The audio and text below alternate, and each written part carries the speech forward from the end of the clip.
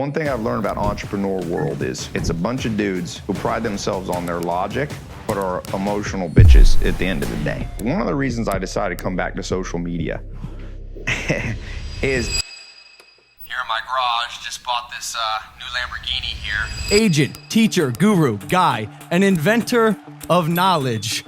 It's Tai Lopez. even the greatest fall. And even an Elon Musk won't be remembered in 20 years. That's why I say, you were talking about following these women or following money Twitter. Make sure the compass is set in the right direction as to where you want to go. 2017, 2018, when you kind of stepped away from that whole world, do you think it was more burnout or boredom? At one point, I was like, like Trump and Andrew Tate, I was one of the most Googled people in the world. If you looked on the graph, I was like, don't ever want to be one of them. You don't even want to win the top 1,000 most Googled people. First off, the only time I think you want to be that Googled, if you're a... So you're coming back for the third wave. I guess what's next business-wise for the personal brand? I've got this formula that I've kind of honed down, which any of you, I'll give it to you for free. It's called the...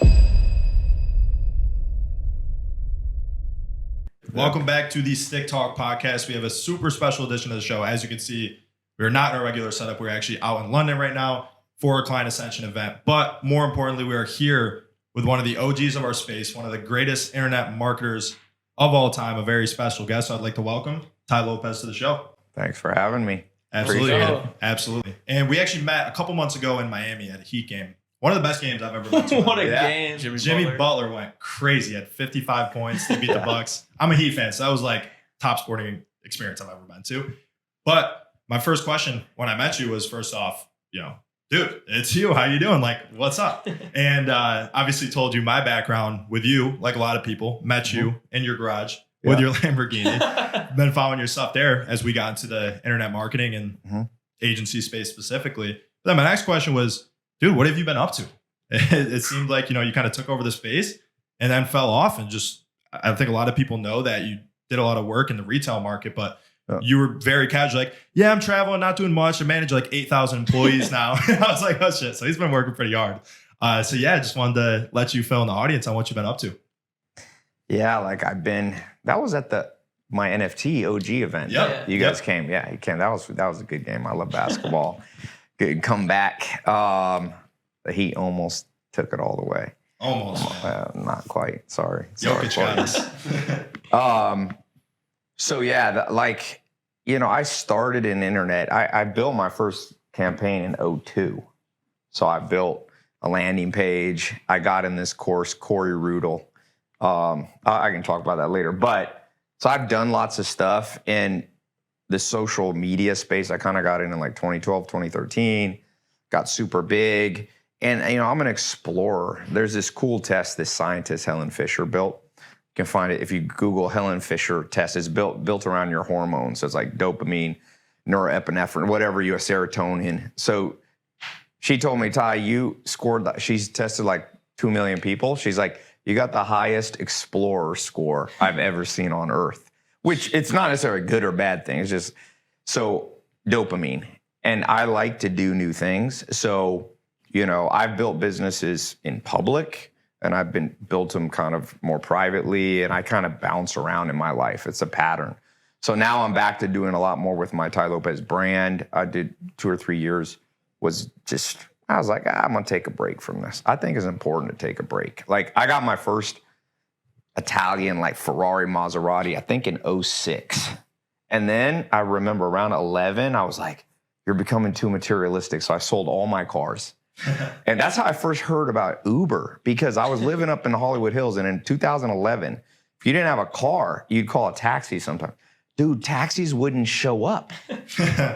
Sometimes it take an hour and a half to get a taxi. So, but that's how I remember that phase. 2011, I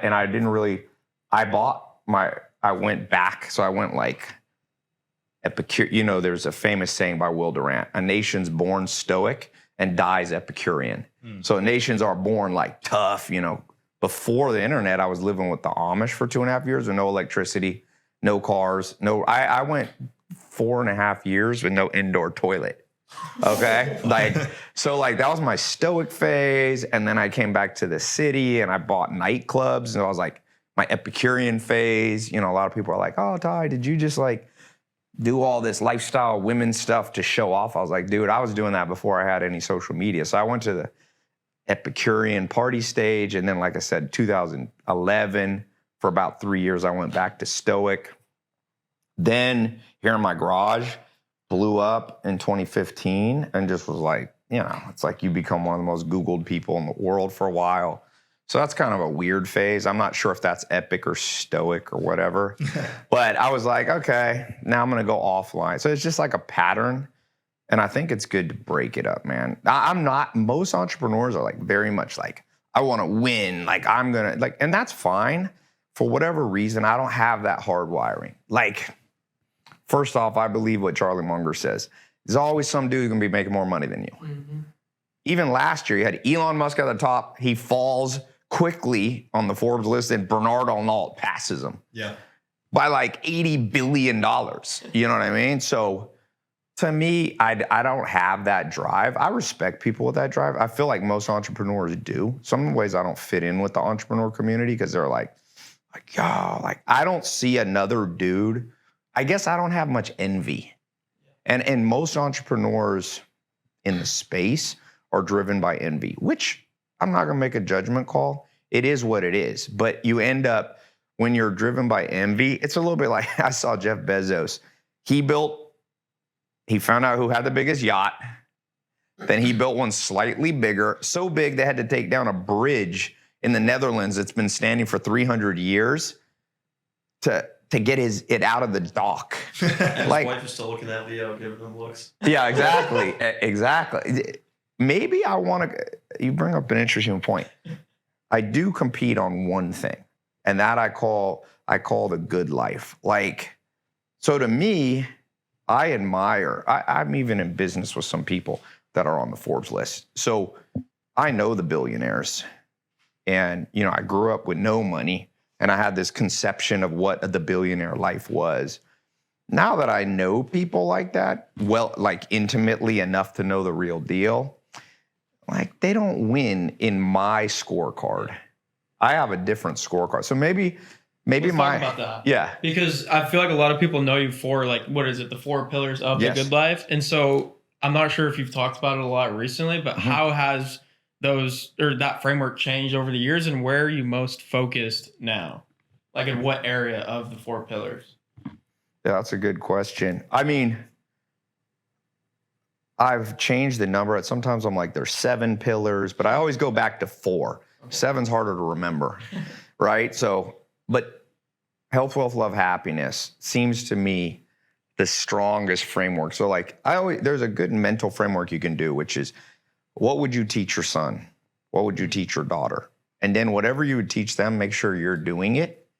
Because, for example, dating a crazy chick. Like if your son came home, like he's 21, hot but nuts girl, what are you going to tell him? You're going to be like, I would probably say the old saying, most dangerous thing on earth is a crazy person with a beautiful face.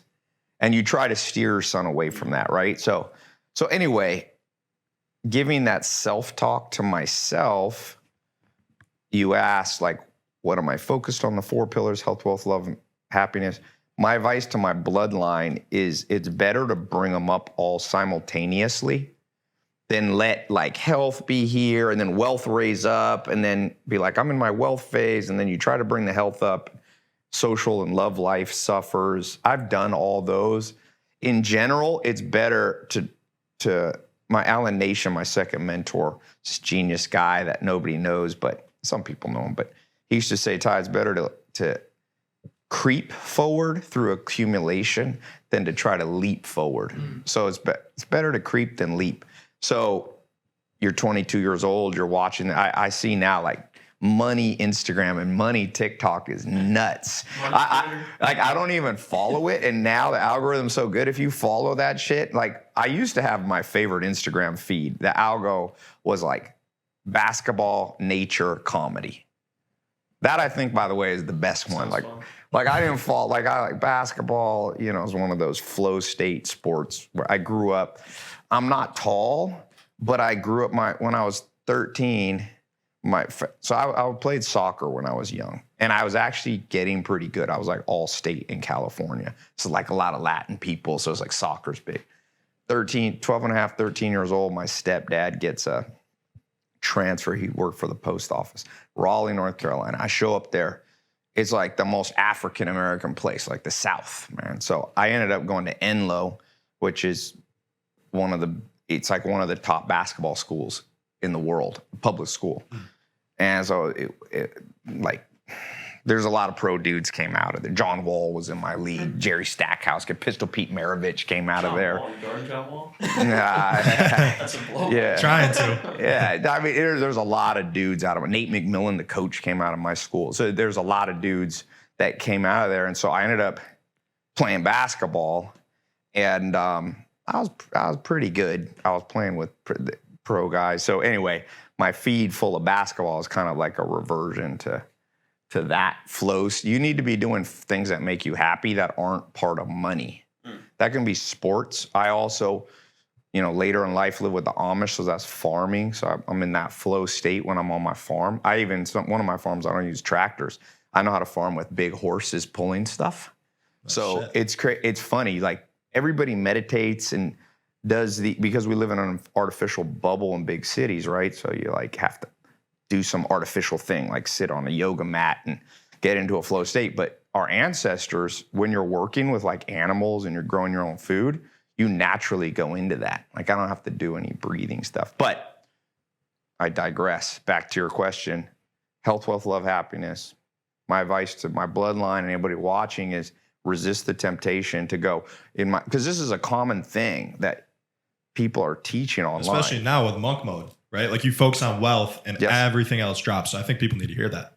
Yeah. And by the way, one of the reasons I decided to come back to social media is there is a lot of misinformation coming out there. Not that I'm some virtuous person that will set everything back to truth, but some of the stuff is very illogical that people are teaching. And I was like, I got to come back and talk about stuff because, for example, one of the common kind of themes is like in your 20s, you sacrifice, and you don't go out and you don't party and you do this and you lock yourself in and you set your income in order. Well, I live off this Joel Salatin framework, my first mentor. Mother Nature laughs last. The best plans of mice and men. There's a famous book, Mice and Men, often go awry. And so when you deviate from nature, what should you be doing? Look at your hormonal composition. In your 20s, you're going to have peak testosterone from about 16 to 26. So you shouldn't just be, that's a unique time where you can build a lot of muscle. My dad was a pro bodybuilder and he put a lot of muscle on at that age. And my dad at 80 still had biceps. It was nuts. You get that. There's some science now that working out young, you get a release of something we don't understand, but some kind of growth hormone, stem cells, and that body part stays strong much easier, much longer. So I think, when you go into that sacrifice mode, which people are teaching, well, it's also your best time to make social connections. Old friends are great. And so that 16 to 26 is time you should be social. So I actually think it's inverted. I think you should, if you wanted to emphasize anything, at a young age, 16 to 26, you would maybe emphasize slightly more health and love. It's funny, like you look at a young dude, just take sex, for example. How many times can a 20-year-old guy come versus a 90-year-old do in one day? It's a strange question for a second. Quite a bit more. There's a multiple on that. But I'm just saying, just think science, because one thing I've learned about entrepreneur world is it's a bunch of dudes who pride themselves on their logic, but are emotional bitches at the end of the day. So let's just go logic. When we think about sex, take it away from Homo sapiens, any species. So if you have higher fertility, higher sperm count, 16 and 26, that's Mother Nature saying reproduction time's here. And the best laid plans of Twitter money and is gonna fucking laugh at that stuff. So Elon Musk is an interesting case because he had like 6 kids before he was like 30. He followed kind of nature's plan. Still doing cold outreach the old way? Let me show you what you're missing out on. Remember email verification tools? It's time to ditch them. ListKit verifies your entire email list before you export it. So forget about manually verifying your prospects' emails. Subscriptions? That's old news. ListKit offers you credit-based pricing. Only pay for what you need. No expiration, no long-term contracts, no headaches. Still exporting 25 contacts at a time? Awkward. With ListKit, you can export all your contacts in one go. Plug them into your outreach tool and kickstart campaigns immediately. So what are you waiting for? Click the link below to get priority access to ListKit. You need an advocate for it. He talks about it all the time. Like, go have 4 or 6 kids. He's a scientist. He thinks logically when the rest of the entrepreneurial world is thinking. And that's why I said the problem with social media now is the good news is a good idea can spread like wildfire, but so can a bad one. And what I define as bad is your greatest danger in life is a 95% truth, 5% lie. It's kind of like you're on Earth, you're on a rocket ship, and you're going to Mars. You set that sucker, or the moon, 5% off. It doesn't seem much off. By the time you get to the moon, you miss it by 1,000 miles. So social media now has good ideas, but it also has this dangerous 95% true. The idea of sacrificing your 20s to create an income source is partially true, because in Mother Nature, between 16 and 26 is when a man became a hunter. All hunter-gatherer tribes, we're mostly, we look too much to our farming past, which is the last 25,000 years. You got to look, hominids are probably 1.2 million years old. Homo sapiens, let's say 300,000. You have way more generation as hunter-gatherers. So as a hunter-gatherer, a man was doing a lot between 16 and 26. In fact, what he was doing was bringing up the 4 pillars at the same time. He was, you look at an African warrior, Amazonian tribe, a boy who's 16, 17, 18, he's definitely focused on being strong, physical. But he's simultaneously, courting in some level, mating at some level, because you used to have a shorter lifespan. So people were having kids 16 to 26. But they were also establishing themselves as hunters. So I think you should do all of them and ignore the popular advice that you just focus on wealth acquisition, because to a hunter-gatherer, wealth acquisition, you also needed a woman and you needed physical strength, right? Because the hunter-gatherer, you were like hunting, and then you needed to prepare it. And if you had a kid coming, you needed a woman as kind of a team with you.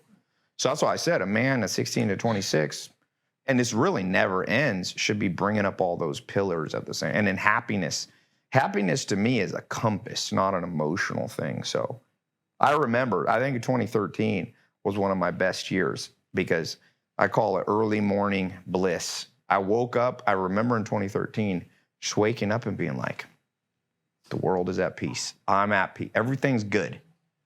And so I think if you're at 16 to 26 or 26 to 56, the happiness component, health, wealth, love, happiness, that one is more of your compass. It's not so much seeking happiness through a specific experience. It's like, how do I feel when I wake up? Do I wake up in a stress state? And so those first 3 are active things you're working on. Happiness is a consequence of getting the first 3 right. I feel like social media plays a major part in happiness. Like, yes. The way I want to ask this is, when you were living with the Amish, there was no such thing as a comparison game. You had no idea what was going on in the real world. Did you feel that state of bliss and happiness during those 2 years on the farm? Yeah, I often go, why did I ever leave the Amish? I remember leaving. You didn't want to get married, right? Well, no, I wasn't actually. They're I was going to say, why'd you join in the first place? I never joined the Amish. Okay. To join them is to get baptized in their church. And I wasn't that, I've never been that exact religious belief. But when I left and I knew it was just time to go, no specific reason, I just felt it in my bones, like time to go to the next phase. I remember thinking, I will look back one day and always question, maybe I should have just stayed here. And the comparison thing. So here's my take on the comparison. It is true that social media is hijacking our brains into a comparative mode that is unhealthy. The flip side of that, everything has like thesis. Immanuel Kant, the philosopher, said you have thesis, antithesis, synthesis. So the one thesis is that we're getting unhappier because we see the happiest moments. That's what they post to their social. So like depression is on the rise, especially like young women. I see everybody's good looking, better than them. The average person ain't good looking, right? So, but the antithesis, the opposite side of that is first off, there always is comparison, even among the Amish. My synthesis, how I blend those two, the healthiest is you should build your life around a tribe. And tribe size should be almost exactly 150 people. There's a famous scientist, Robin Dunbar, is an anthropologist. We evolved in groups of 150, and there's a math behind it. Our brain can basically handle the interplay of 150 people comparatively. You need to be able to compare. It's important. And then that's 10,000 connections if you do the math. Because not only if you're in my tribe, I got to keep track of you and my relationship. But if you're in my tribe, I have to also keep track of your two relationships. So if you take 150 people and you do the math on the neural web, it's about 10,000 interactions. What's happening now with social media that fucks everybody up? It's too many neural connections. So you should have comparison, but you can't go too big of a group. In fact, it's funny, on the way over here, I was thinking, good new framework that I'm experimenting with, because I always have these like kind of mad scientists saying, imagine the only real people on Earth is your tribe of 150 people, and everybody else is a hologram meant to, or some kind of a NPC. Yeah. But your 150 is real. Yeah. Because I think you go wacky when you think everything is a simulation. But say there's 150 real people. That's your tribe. Everybody outside of it is a lesson for your tribe. That's a little video game character. I think it's also discipline. Like I found myself following this girlfriend group, and I followed all four of them in the group on Instagram. And every day I would watch their stories and see what they were doing. I'm like, I know so much about these people's daily lives. I've never met any of them. Like, what the fuck am I doing here? And I unfollowed all of them. Yeah, that's just be dedicating careful. way too much energy to. Yeah, because that algorithm's good. If you start following pretty women, it starts. Although I don't think that's the worst thing for guys. I think there's a worse thing to follow. I'm concerned about my feed right now with that money. Twitter is like everything's an AI, and some of it's good, but that's gonna make you loopy. And there's a lot of blind leading the blind. Making money is I say going into the jungle. Even the greatest man falls in the jungle. The greatest general of all time is Napoleon Bonaparte. Mathematically, he had 62 major battles. 52 he won. Nobody's ever touched that. The great generals, Grant, Sherman, Caesar, Alexander the Great. See, Alexander the Great had 6 major battles. So Bonaparte, there's more books written about Napoleon Bonaparte than anyone in history. Yet nobody remembers him now. And when people do remember him, they either think Napoleon Dynamite, right? Seriously, if I bring up Napoleon, or they think a short dude who lost. Yeah. This dude was an angry one, Napoleonic complex. Which is bonko. He's probably one of the smartest humans ever to live. He was a trillionaire, for sure. It's the richest man in modern history. He controlled Europe. If you own the world, you're beyond a trillionaire. Okay? So, but yet where he remembered by his last loss was his Waterloo. He lost this battle against the English here. And then he was exiled to an island. He died on an island. He wrote a book. It's funny. He wrote an autobiography of his life. So few people have bought it. It wasn't available on Amazon. It's not on iBooks, Audible. I had to get a special order. Wait, I think now it's on Amazon. And I was thinking, the greatest dude in terms of winning, he had the most women. He had 17. He had these Polish mistresses. He had the 17 most beautiful women in Poland. They even kept track of how much he had sugar babies. He had that shit. It was $250,000 a month he paid these 17. Take lots. Yeah, it wasn't that. Yeah. But anyway, this dude, by the standards of people look at social media, and you were talking about Andrew Tate or Dan Bilzerian or Hugh Hefner, whoever. I mean, Napoleon. This dude had $1 trillion. Control. You're really powerful and wealthy when you control an army. Yeah. Nobody we look up to, none of the social media, Elon Musk doesn't control an army. At that point, money doesn't even matter. It serves no utility to you. You ask for something, you get it. The original OG. But my point is what I was saying about you go into the jungle even the greatest fall. And even an Elon Musk won't be remembered in 20 years. So that's why I say, you were talking about following these women or following money Twitter. Make sure the compass is set in the right direction as to where you want to go. And that's why I said, my compass hasn't been as much like most entrepreneurs. Theirs is very much like on this W, like I win. But to me, it's like, first off, nobody wins in the long run. So it's like saying immortality is my goal. And some entrepreneurs do say that. They call that legacy, which I think is an incorrect goal. Legacy, my ass. Hormozi talks about that as well. What, just legacy? the fact that nobody's going to be remembered in 2-3 generations. Right. So fighting for a legacy is almost a useless cause. And you need to be going more so for fulfillment, enjoyment. Now he's a little bit of a, I guess, oxymoron in this situation because he's so focused on business and enjoys it so much. But I'm curious, we talked about kind of like the misinformation, different people out there. Hormozi is one of the guys that I really like and think puts out good stuff. What are your thoughts on him? You know, honestly, I've watched so few people. People ask me about all these people.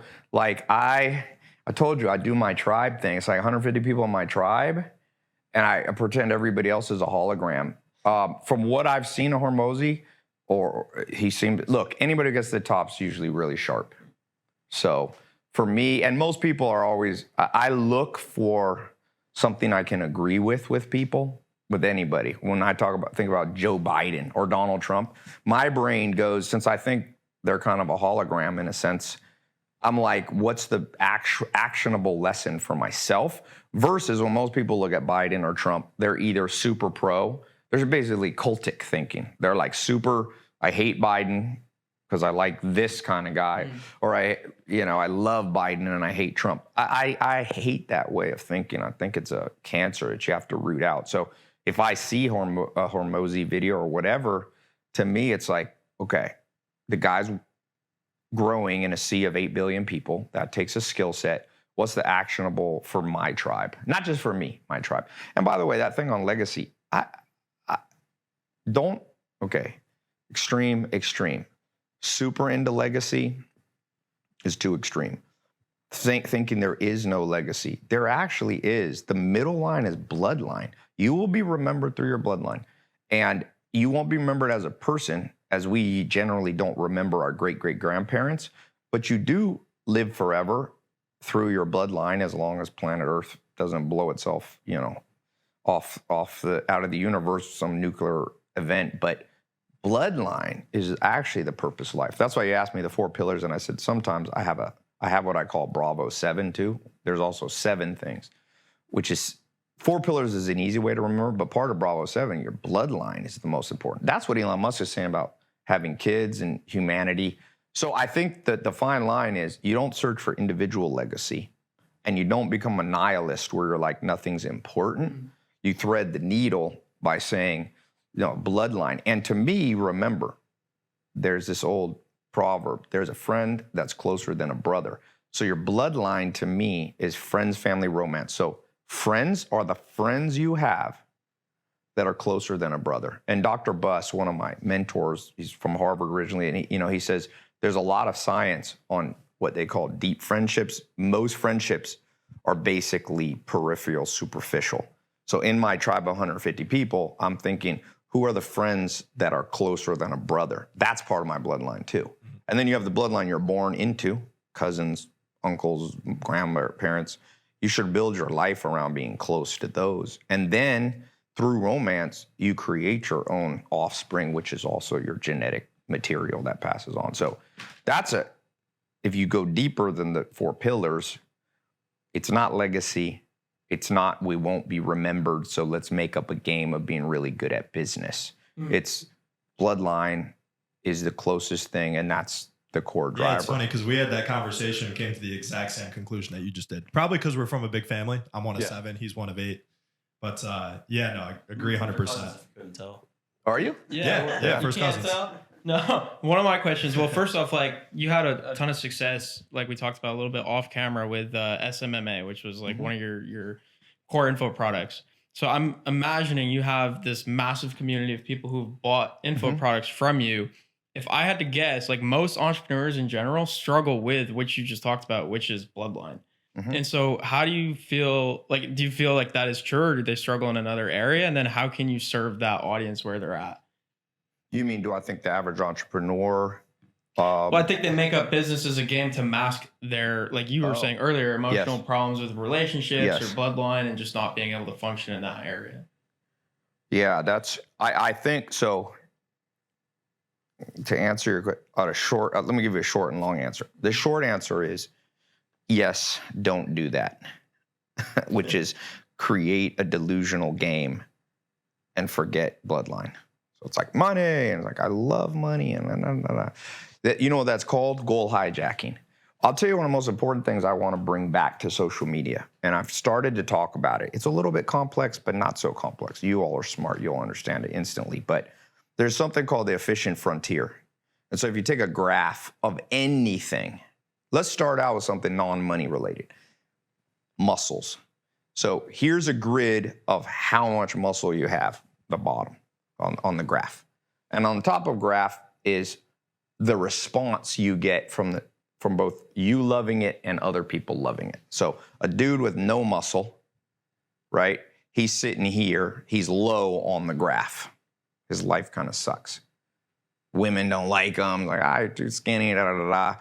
He doesn't feel good about himself, low muscle. So he starts to get more muscle. And all of a sudden he gets feedback from maybe a woman or women who didn't notice him. Ah, you looking different, or people, oh, you been in the gym? So he's like, hell yeah. So happiness goes up as muscle starts to go up. So it goes up. So then men, what do men do? Well, I'm going to double down on that. Mm-hmm. Now, at some point, it's like steroids. Like I can put on, you can put on 30 to 80, maybe 100% more muscle than you normally can by going on some kind of, putting a little juice in your body. So dudes go up here. Well, what happens? All of a sudden, because I know a lot of the influencers behind the scenes. So I remember going to one of the most famous influencers, strong, muscles. I was at a Laker game with him. I'm like, this dude's gonna have a heart attack while I'm here. You can't breathe right. You start to get so much muscle. You've ever been around these guys that are really huge, too much muscle for their frames. Like, it's like Liver King. It's not Liver King, but it's not even one dude. So all of a sudden, your body response starts to go down. And most women hate mass monster dudes. After a certain point, the only compliments are coming from guys. Yeah, if you're a gay dude, you could be like one of those bears. Or I used to live in West Hollywood. It's like Bearville over here. Big, stocky powerlifter dudes with hair. The gay guys are flocking to them. So, I mean, whatever floats your boat. But guys don't realize you've gone. That's called the optimal point, inflection point on the efficient frontier. Now, money is the same way. You have no money.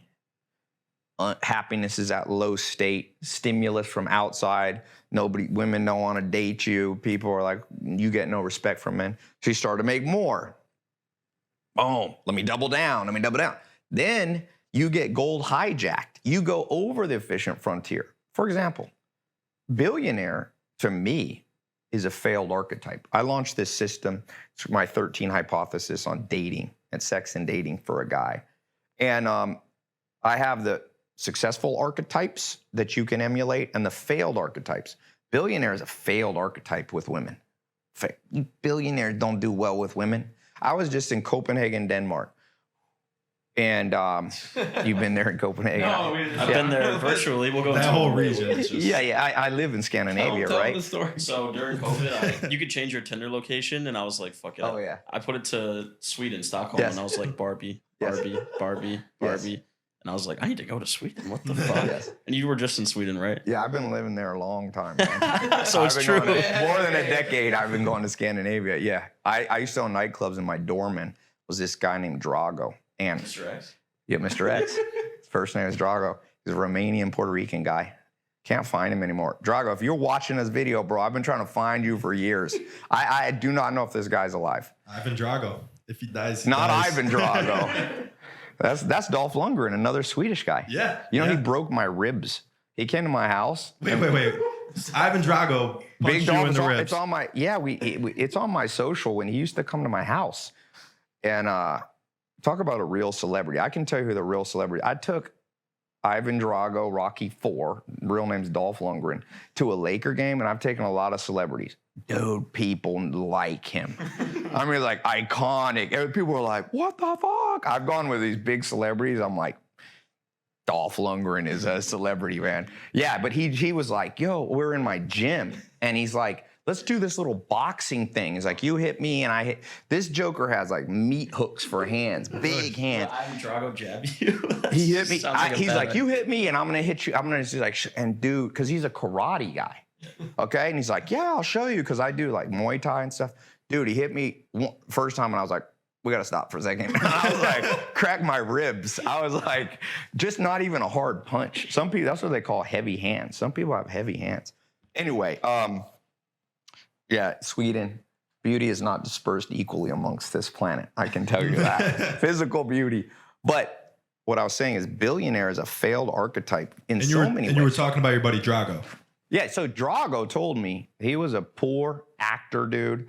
When I took over, this whole crazy story, I took over these nightclub from these Colombian guys in Raleigh, North Carolina. I almost got killed, but I had to clean out all their people that worked, all their security, all their people. And so the guy who owned the restaurant, his name is Giorgio Bataxias. He's a famous restaurant guy. Still has the same restaurants that I took over the nightlife. He said to me, he said, whatever you do, you can fire everybody. Keep Drago, the doorman. And I was like, why Drago? So he's like, trust me. This guy was so good looking with women. It's like 100 women a night. Like I did mostly just open Friday, Saturday. They would just come to talk to him. Then they'd go in the club and your club had the most beautiful women but he always told me he would come work for me 3 months and disappear. Disappeared a few times, come back 3 months later when he didn't have money. I'm like, where do you go? He's like, bro, let me tell you how the world works. He's like, there's Iceland, number 1. There's Norway, number 2. There's Denmark, Sweden, number 3. And there's Australia. I'm like, what do you mean? He's like, that's it. He's like, that's where all beauty concentrates in this world. So you may not agree with that, but so it took me about a year. Yeah, I travel with a pretty big group of people that work for me. And I had these 3 guys, and they're all single dudes in their 20s. They now, every city I take them to, they judge it by how their Tinder feed. So we hit America, they're like, oh my God, my Tinder just plummets. And then every time we land back at Copenhagen, Stockholm, they're like, oh yeah, we're home, back man. home. Yeah. Follow up, like, is it hard to actually get them on a date, or are they very high standard, stuck up, that kind of deal? Scandinavia is a riddle. What's the old Winston Churchill saying? It's a riddle wrapped in an enigma inside a quandary or something. It's not the easiest place in a certain sense, but it's the easiest place in another sense. So there's a barrier to entry. There's a saying in Scandinavia, it's called jantelån. Or in Norway, they have another one. It's called, Sweden, they call it främlingsfientlighet. It means we don't like outsiders. So if you're an outsider, I took my friend in like 2007. This Argentinian guy, great with women in the US, good looking guy. For his birthday, I'm like, I'm gonna take you where I've been going, Sweden. So we go to Stockholm. No joke, I've never seen him cry. Except about 28 days into our 30-day trip, he's like, I wanna fucking go home. He's like, this is the worst birthday. He's like, I haven't slept with one woman. He's like, I've made out with 5. He's like, what the fuck? He's like, and there's so many beautiful ones. It was like, you know the story of Tantalus, the mythology? There was a guy cursed. There was water always would come up to here when he was thirsty and he'd reach down and it'd go down. And there was fruit he could almost reach, and every time I went to reach it, it would go a little too high. That can be Scandinavia. But once you live there and you have to know how to social network with guys. It's not like America. You have to be seen as a social person. So social game, as they call it, works there. But what I was going to say about that is, going back to like the archetypes, the billionaire is a failed archetype in almost everything except money, in my experience. Now, some billionaires might disagree, but I know guys in Copenhagen that if you could live a day in one of the Forbes list guys' life, you enter their body, you have their consciousness, their happiness, their da-da-da, and then you could be with some of the guys that I know that live in Copenhagen or Stockholm. It would take you a millisecond to be like, I want to be that guy over there. They're experiencing They're entrepreneurs. They're making money. They're not making crazy money, but they're making like $1 million a year. They've got Copenhagen. Denmark has the largest friend group. People, like the average person has 14 close friends. America's at 2. America's a lonely place for people, especially if you don't live close to your family. You know, America used to be very family, like farms, but now people live all spread out, and the Americans aren't good at making these tight friends, especially at past age 30. So that's what I meant by failed archetypes are also being pushed on social media. Everybody's like, yo, I want to be this. I'm like, 2013, when I think I was at peak morning bliss state, like I talked about, I was probably I don't know what, I can't remember exactly, but I was making 7 figures, but not 8. I had a cool house. I live in the Hollywood Hills. It's that same here in my garage house. I moved in there in 2009. And I was leasing it. It was like 10 grand a month. It wasn't huge, but it was a baller place because it had a view. I could see Long Beach where I was born. I used to wake up because I was born in the ghetto. My dad was in prison on an island off Los Angeles called Terminal Island. I was born in Long Beach. Long Beach, Compton is like the most murders, you know. One of my first memories, someone getting shot in the heart in front of me and my mom when I was like 4. Yeah, it's nothing like the movies. Someone gets shot in the heart, is like blood goes zzz out of every little hole. I can still remember. It's one of my first things I remember. But Hollywood Hills, I'm sitting here and I could see where I came from. That's cool. You could see 35 miles. It was on a clear day. So I wasn't living the baller lifestyle. I didn't have private jets. I don't have this. But dude, if you could have traded billionaire, I had some, that's when I first started having some mentors that were either billionaires or close to it. They all wanted to live that life. So I call this the exchange test. Emulate people, only the people that you would exchange for their life. And what's happening is in 2013, there wasn't money Twitter, so I didn't think billionaires had a good life. So the feed wasn't making me go, well, if I had this, I'd have the baller life. And I locked in on that, like, what makes you happy for money is growth. And this has been proved. Daniel Kahneman, the Nobel Prize winner, the worst thing is shoot up to making $1 million, then you shoot down to making 80 grand. You experience more pain doing that or less pleasure than somebody who goes from 100,000 to 120.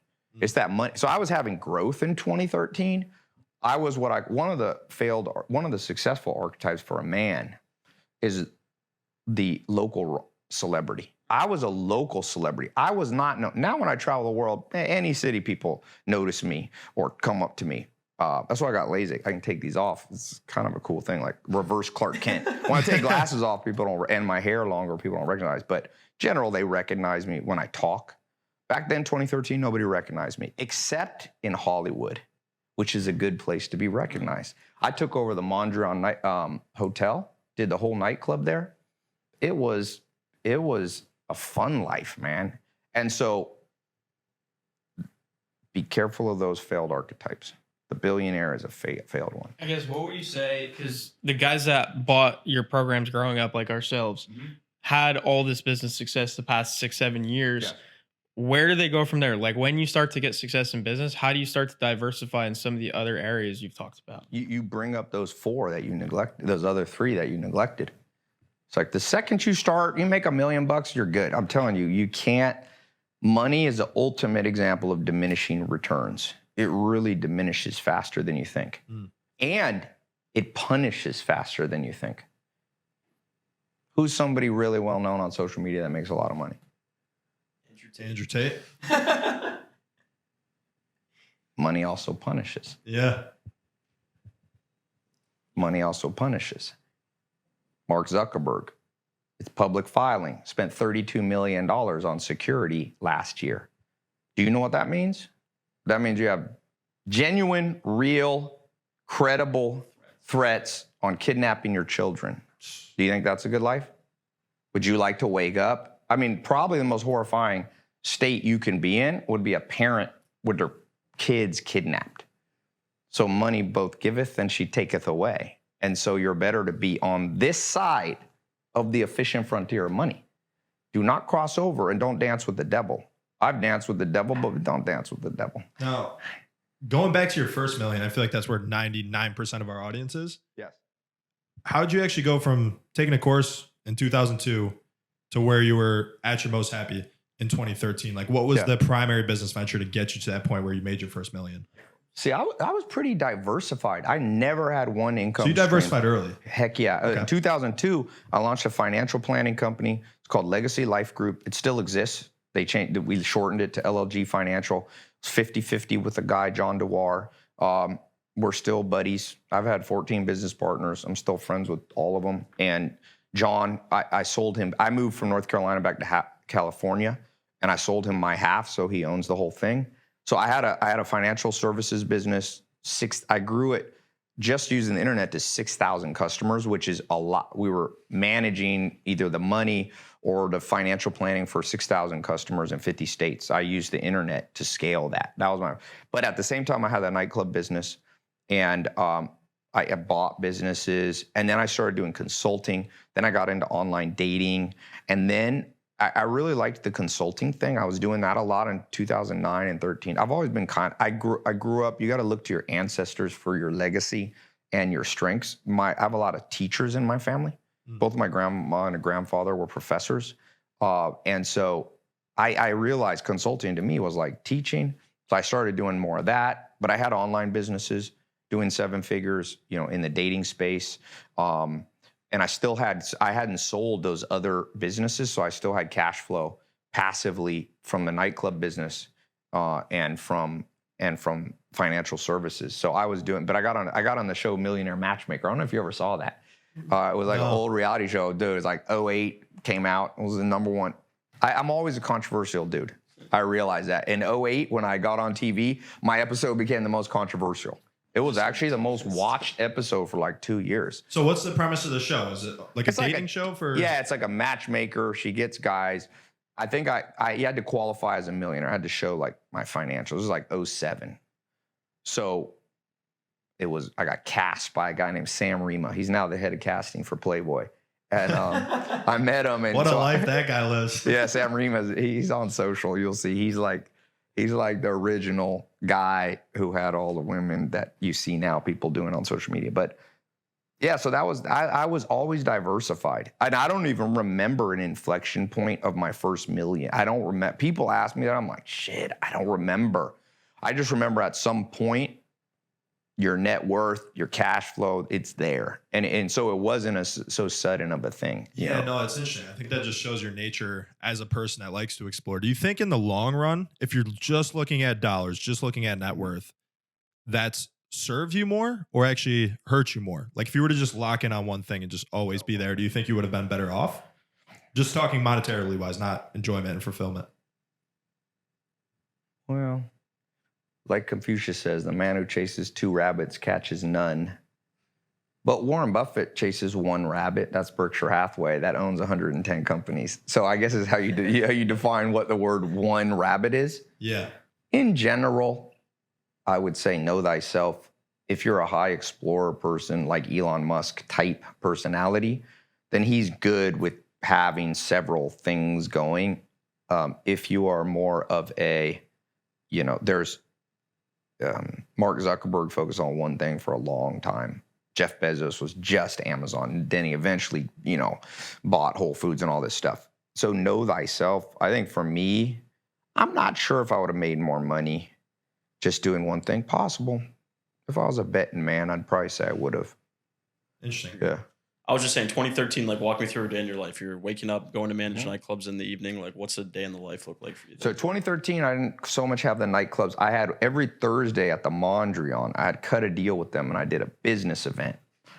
And that was cool. You want to hear a crazy Scandinavian woman story? Of course. So I was dating this, I won't say her name because Norway's a small country. This Norwegian woman, I don't know where I met her. Somewhere. I know. Tell you a little hack, practical thing. Throw house parties, guys. Throw house, and women. Do you want to be a badass entrepreneur? Start with house parties. You're 18, you want to make your first million? Start with house parties. You told that story. House party. Yeah. I mean, that was one of my smartest things. I started in 2002 or 3. I was living in Raleigh, North Carolina. I remember it was on Limerick Lane. I actually drove by it. I was in Raleigh the other day. And I did not have much money, and this is how I know. I had a roommate, little apartment, about the size of this. It's actually almost the same size as this place, I'd say. And I was like, I started doing jujitsu, MMA stuff. My brother is I have a lot of brothers, and I have 6 half brothers, and one of them's, he's like my dad. He's like my dad's a real OG, like from prison. My dad's from Harlem. My dad's the kind of guy that's like, never fear a guy that tells you he's going to punch you. You know, you 2 dudes that like push their chest, punch. My dad, fear the man who says nothing and then comes to kill you. So I had a brother who used to do karate, taekwondo, and he's like, dude, this jujitsu guy came and destroyed my teacher. He's like, I'm switching to jujitsu. So I like got into jujitsu and MMA stuff in like 2002. In fact, my teacher, Brad Huffman, was in UFC 1. No way. That was when they were doing like sumo wrestlers versus the skinny guys. He didn't make it to the TV show. You had to fight 7 rounds in the same day. And if you won, you got to go on to the 8th day. So I had this guy, this dude, he was a Navy SEAL guy. So I was like, I'm going to do house parties around the UFC. So I think right back then it was like UFC 8 or something. I started as a teenager as an entrepreneur. So I was like, I'm going to do this. So people come, 35 people came. I remember that number. And I had a teeny TV and people couldn't see. They're like, what kind of fucked up UFC party is it? Because there was like tall guys and nobody in the back could see. So I did the one the next month. I was like, I'm going to get a big TV from a rent-a-center. I didn't have enough money to buy like a flat screen. So it was $300 to rent for the weekend. I remember being like, what a ripoff. $300, I could buy a new one for like $1,000. So I didn't have $300, just enough to front the money. So I go, let's ask for $20 donation. Everyone comes in for the pizza. And I remember we made like $50 profit. And that was the beginning. That's actually how I built my nightclub business. I built this group, but eventually 150 people were coming to my apartment for UFC things. Right. Yeah, 150. And then they complained. People were like below me, like, what the fuck's upstairs? Because I was on the 2nd floor. So that's how I started the nightclub business. But what I was gonna say about that, 2013, fast forward, I was still in that mindset. And I'm still doing that now, like be social, be a local celebrity. So I got the Mondrian Hotel, which at the time was on Sunset Boulevard, was kind of a baller place to be, right? It's kind of like near One Oak and all that places now. So I met this Norwegian woman. I was like, she was living with me part-time, like little pretty Norwegian. And I'm like, come to my Thursday night Mondrian thing. All the dudes would show up. It was a mix. It was like business guys were in suits. One of the nights there, apparently I didn't pay enough attention, and Norwegians can drink. So she probably weighed 110 pounds. She drank that night, like they said, like 8 shots of tequila. And I wasn't paying attention to her. About an hour into the night, bouncer comes up and is like, yo, man, I know this is your night tonight, but we had to throw your girlfriend out. And I was like, what? She's like, she's pushing people in the pool. She was so pissed. All the dudes were like standing around the pool. She just, bah! She knocked like 4 people in the pool. You were gonna say like Kobe took her home or something. No. So I told my brother, I said, look, man, she's outside the club. Take her, because he worked for me. I'm like, you gotta take her back to my house and just, let her be in bed. She was like wild, like, fuck. She was an angry drunk. Now there's good science about why you should avoid an angry drunk. I didn't know that back then. No, but it's for a different reason than you think. It's the dopamine wiring of somebody who's a short-term thinker gets angry more. An angry drunk is a sign that they're more of a short-term thinker. There's new science out on this. So I get home like 3 hours later after my brother, and I walk in. It was from where that Lamborghini was, that garage. I walk in, and there she is laying on the floor like drool. And I was like, somebody murdered her, man, while I was gone. I was like, how am I going to explain this? How am I going to explain this drunk Norwegian girl's like dead on my, but then I realized she was awake and she was like, and I looked around. The reason I thought someone had killed her is I had glass mirrors around half of the house. They were smashed. Well, she got home and was so mad that they had kicked her out. She took like a hammer or what or something, and smashed $25,000 worth of damage in that place. Lambo though? No, that was before I had the Lambo. Same house. Okay. And next day, she didn't remember anything. She called me because I sent her home. I was like, you got to go. You're back to your friends. She called me the next day. She's like, I think I left my passport at your house. I'm like, do you remember what happened? She's like, what do you mean? So that's a lesson on Scandinavians. They drink a lot and then they black out sometimes. So I don't like that, man. I learned, don't let people drink on dates with you. A lot has happened in your garage. Yeah, that was. I don't even know why. What was the question that led up to that? No, we were talking about what you were doing. Yeah, you got to tell us a cool story now, like cool night out with a celebrity. That's not a cool. That's a scary story. That's a scary story. Yeah, $25,000 worth of damage. It's a scary story. Oh, it's a cool story. First time I grew up watching basketball. My entire life, I never could go to a basketball game in person. My family didn't have any money. So I remember first time when I lived in that house, I started to be able to afford to go to a Laker game. It's not that expensive. It's like $80, sitting way up at the top. And then I could tell my success levels. I started moving down from the top. It was the Staples Center. Now it's Crypto Center or whatever. I went down, down, down, down. And I remember floor seats. That was pretty cool. Like I took Floyd Mayweather not too long ago to a Laker game. Me and him. That was kind of cool. I was like, Floyd, you want to go to a game? He's like, yeah. Free ticket? I'll go with you, Ty. So, yeah, I had 2 tickets. But then there's one seat where you sit. Basically, you look like you're a Los Angeles Laker. It's the best seat of any sports coliseum forum anywhere in the world. So I'm not joking. When they pan across, I was like thinking, I'm going to wear a jersey. Because friends would see me on TV. They're like, bro, they pan across the thing and there's Ty like sitting there. But Kobe Bryant liked to sit there. The last 3 games of Kobe's life, his career and then sadly his life, I sat there next to him, and I remember going back I was like, yo, can I talk to you after the game? Yeah, it's on my Instagram somewhere, and I just went up to him. I was like, because this is when I was really talking about mentors, okay? And I was getting feedback, like negative feedback. A lot of entrepreneurs were like, fuck books, fuck mentors. Like, you just learn by doing. And I was like, that's not true. Richard Dawkins, they say he's the highest IQ person in the world. He wrote in The Selfish Gene, organisms that can simulate the future without trial and error always beat organisms that have to use trial and error, because trial is costly and error is deadly. So I went up to Kobe at that time. And I was going to get a lot of negative feedback from different people. And I was like, do you believe in mentors? He's like, yeah, man. He's like, He's like, bah. He was like in love with mentors. He's like, yeah, I had Jordan, I had Jimmy Iovine. He's like, Michael Jackson mentor. He had all these people. And I was like, okay, I'm on the right track. You look at people at the top, and that's a good way, by the way. One of my best 67 steps, I'll tell you, this reminds me of this.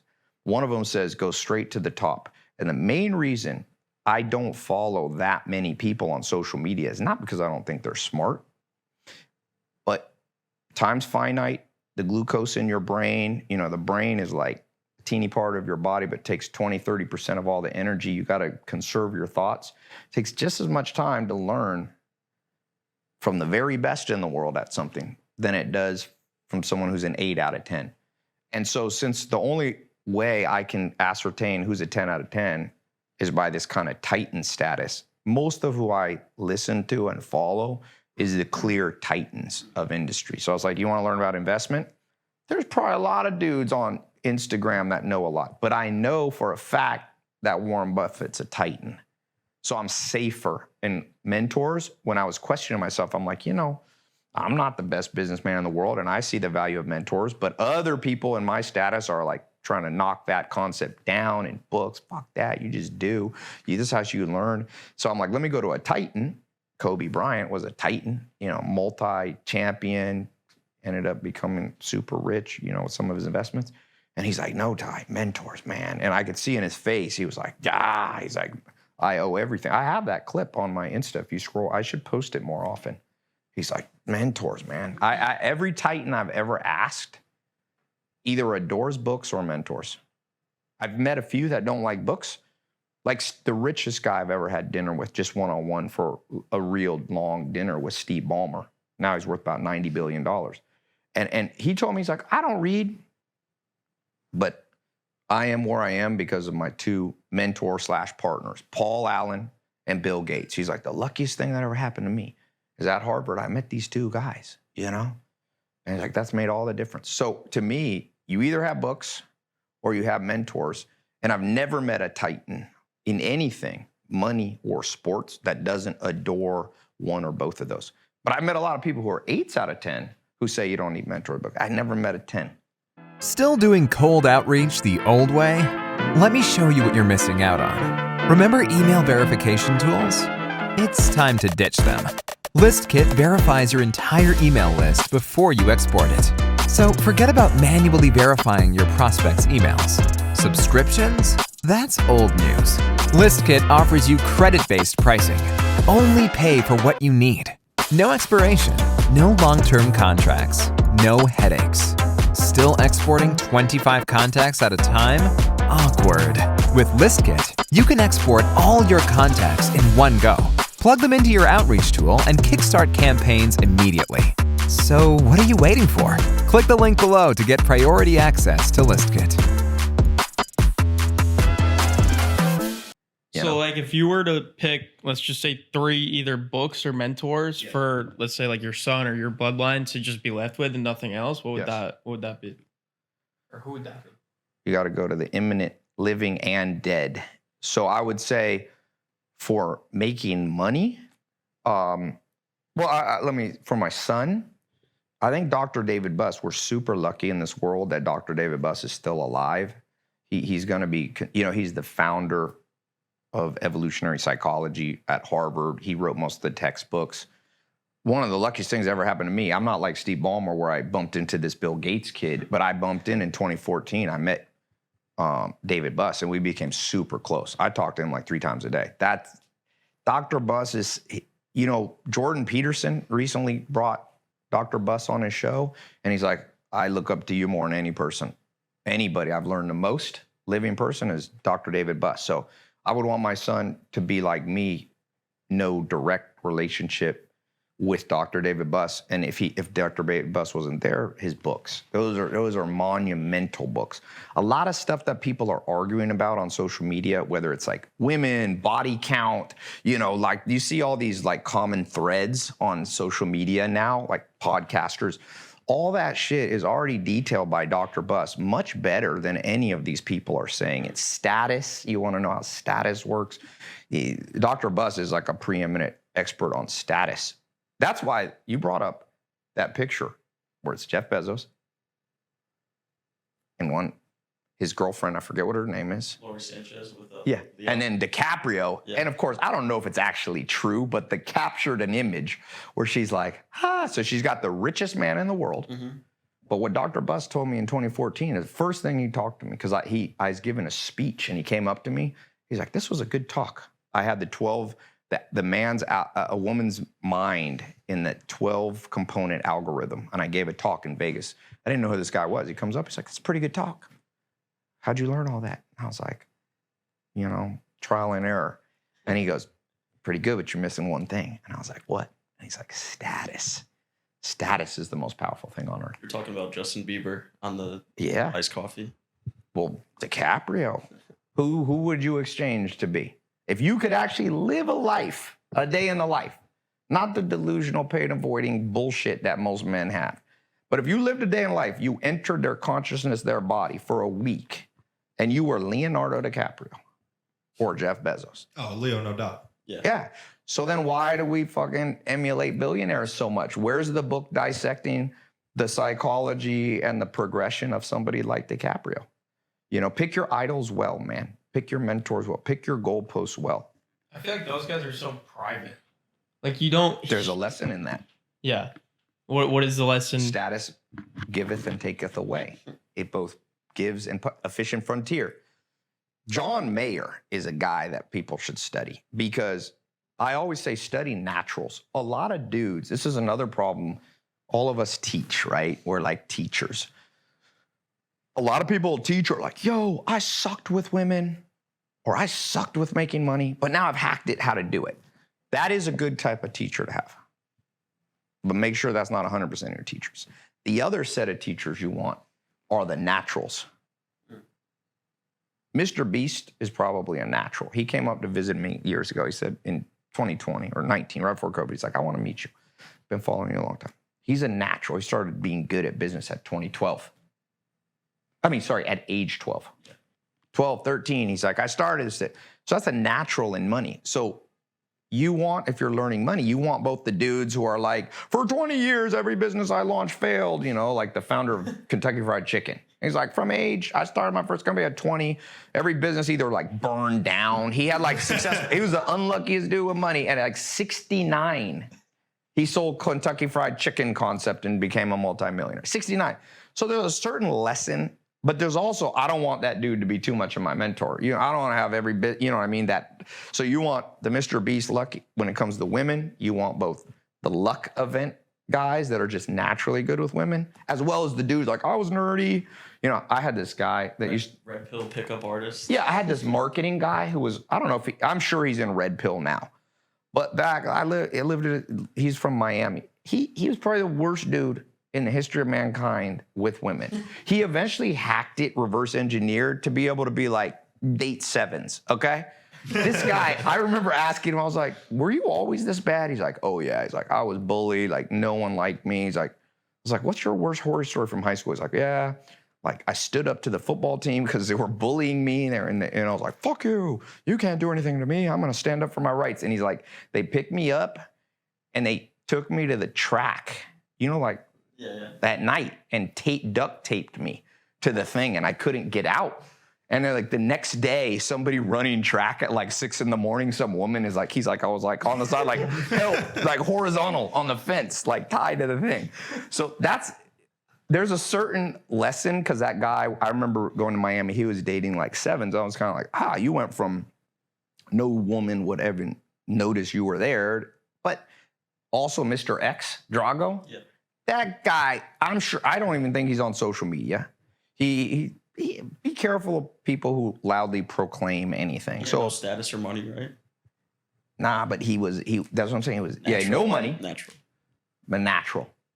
Casanova was a natural. The book, one of the great books, forget red pill stuff. Read Casanova. He's so good that almost 500 years from now, later from his birth, we still call a dude a Casanova if they're good with women, Yeah, red pill is an interesting thing. That's an example of very accurate in about 95%, but 5% so deadly wrong that I'm not sure if it doesn't counteract the rest of the 95%. It's kind of like if you're 95% healthy, like you're ripped, you got the V shape, the gold, ratio, but you have like 5% of you full of tumors.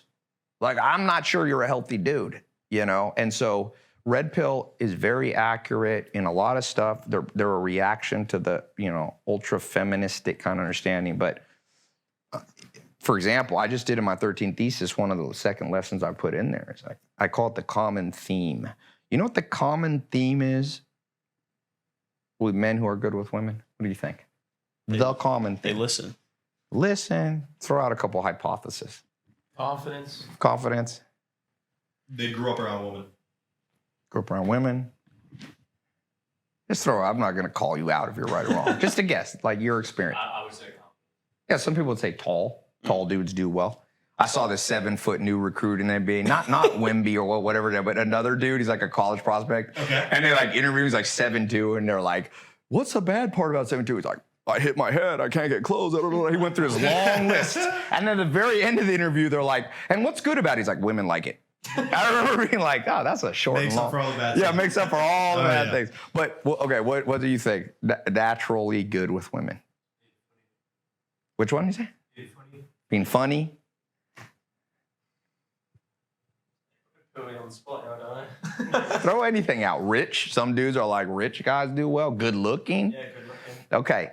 In my experience, and I think there's real science there, they love being around women. I know a guy, not Mr. X, not Drago. This guy that is one of my first students ever in my mastermind. Paid me $25,000 in 2013. And I helped revolutionize his life. He's still a close friend of mine. This dude, he goes out. There could be average-looking women, pretty women, ugly women. He could go home with one of them to sleep with them or not. He's like, Sometimes he says to me, he's like, I just love being around women. They're so refreshing. It's like men get on my nerve. He's like, I love. Who do you think he's better with, men or women? He sucks with men. He's not as good with men. Yeah. Women. So the main problem with red pill, these motherfuckers are traumatized by women and don't really like women. Yeah. You ain't gonna be good. It's like money. What's the common theme of dudes are into money? I will tell you this. There's not a billionaire or hyper wealthy person on this planet that's not what we call greedy, which is another word for we love money. Dudes that are, I don't love money enough to be as rich as people. There's people who count their money. There are people who iron their dollar bills, man. Pablo Escobar loved money. He loved money. He was making $1 billion a month, cash. Yeah. He loved money. Me, I would never be able to be Pablo Escobar. I read in a textbook this fascinating thing. There's 2 responses to making a wacky amount of money. You guys have a hyper successful educational company, right? So I'm gonna do a quiz on you. Which kind of person are you? Are you Pablo Escobar or are you more like me? Okay, here we go. So let's say you figured out a funnel that was making you 100, as long as you focused on it, it would make you 100 G's a day. I've had funnels making me 100 grand a day net. Okay, I've lived that life. I'm kind of an OG, like you said. I'm not an OG like my dad, but I'm like maybe being an OG of some level runs in my family. So I'm OG in like internet. I know a few dudes that are more OG than me. I got a guy starting in '99. He owns a dude. He bought 2 jets now. You've never seen such a big jet. But anyway, so. You make 100 grand a month. Yeah. I mean, a day. A day. But would you rather go, shit, I want to make $3 million bucks. So I'll run this shit for 30 days. $3 million bucks is what I need this year to live crazy, fun life. So I'm going to do this shit for 30 days, 100 G's a day, make $3 million bucks, and I'm going to stop. Or do you go, I can't stop because every day I work, I make 100 grand. Which one are you? I work every fucking day. I think for me, I'm never turning it off. Okay. I would delegate, of course, so I don't have to work and actually grind and do all the stuff to fulfill on whatever I'm selling for 100 grand a day. You're what they call a builder. Yeah. You're what they call a builder. When you start fucking building the house, you're like, now I want to put a deck on the thing, and now I'm an explorer. I build the house. I'm like, shit, now I want a house in Sweden. I got the house in LA. Moderates, but you would build a bigger one in LA. You just build the big. I come back to LA. You've got the monster mansion. I want to cross the threshold from when it goes to mansion to compound. Yeah, and just keep building it. I'm afraid of the efficient frontier. You guys aren't afraid to dance with the devil over here. So 2017, 2018, when you kind of stepped away from that whole world, do you think it was more burnout or boredom? Explorer has to explore, man. So would you say it's like, I want to do something else? That's it? Yeah, we're all puppets we're carriers of genes. My genes gave me some experience that told me it's time to keep moving. So maybe they probably, your body releases chemicals that make you think you have free will, but my genes go, exert a little bit of burnout, exert a little bit of, excitement in something new, and it manifests itself as a behavior, which is me moving on. You guys probably have more serotonin than me. It's a serotonin. Like I said, you can go look on Helen Fisher's website. She's the chief scientist who built the science. She built Match.com and Tinder. I just talked. She's a personal mentor. I do a call with personal mentors 3 times a week. She was my call yesterday. I'm going to put you first in Sweden every time you land. You're the first profile. Yeah, not quite. You don't have that kind of power. I met the dude came to my house in Beverly Hills one time. They're like, I was like, what do you do? He's like, right, left swipe? He's like, that was my idea. I'm a co-founder of Tinder. I was like, that's kind of a cool thing to be the co-founder of.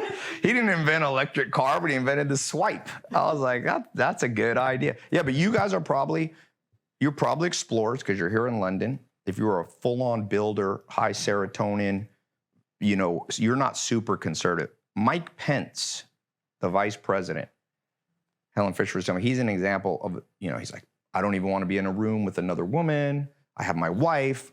He lives in whatever, Indiana or Ohio. He's like and he's a builder.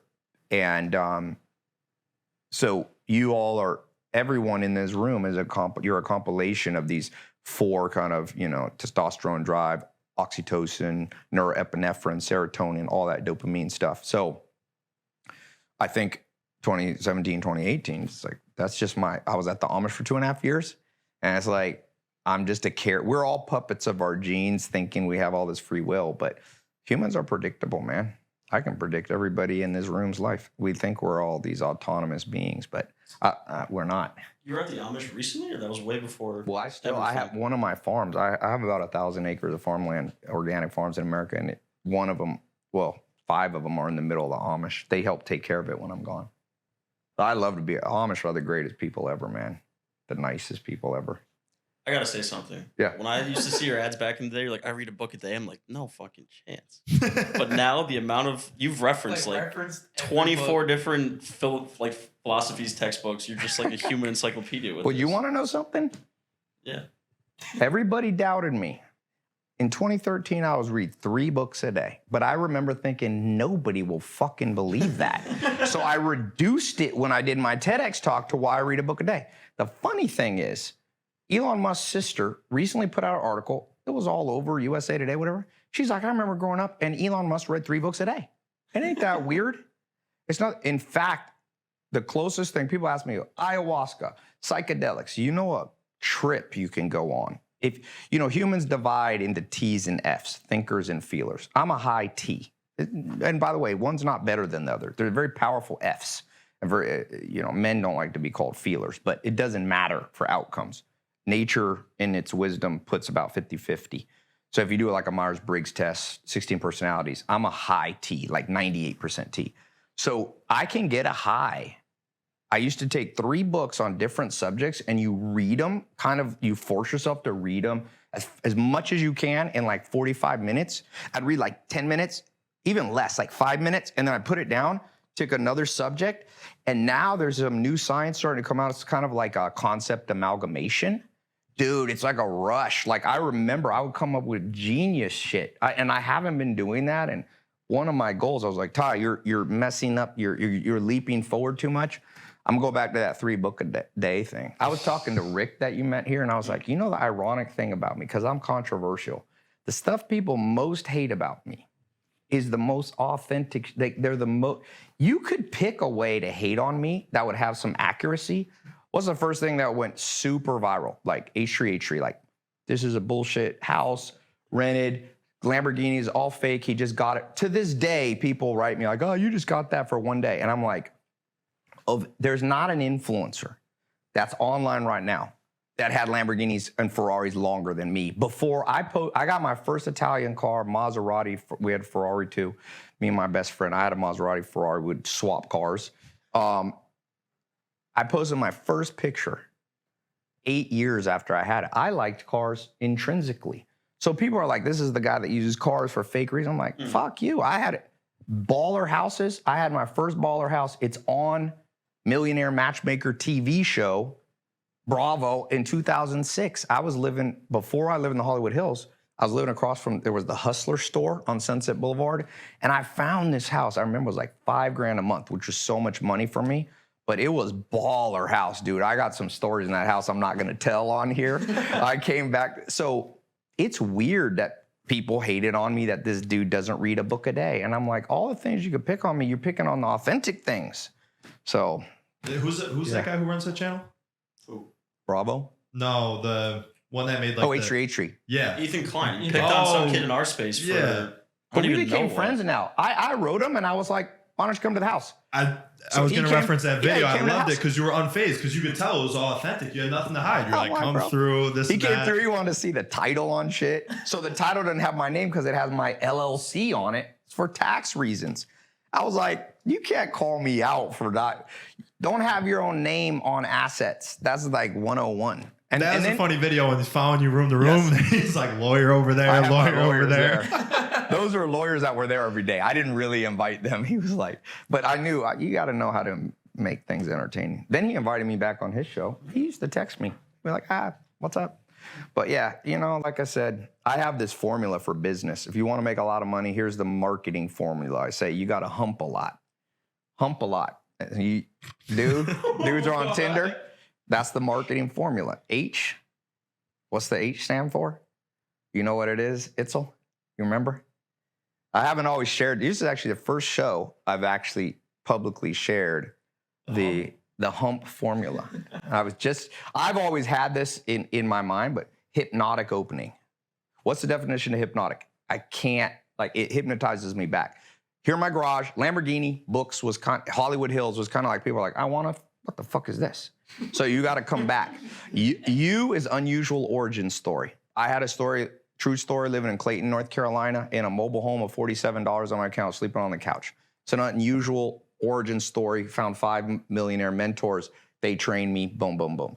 That's the U. In your marketing, you have those. Then the M is you have to have a make it easy mechanism. I was like, and then I traveled the world and I found all these millionaire mentors.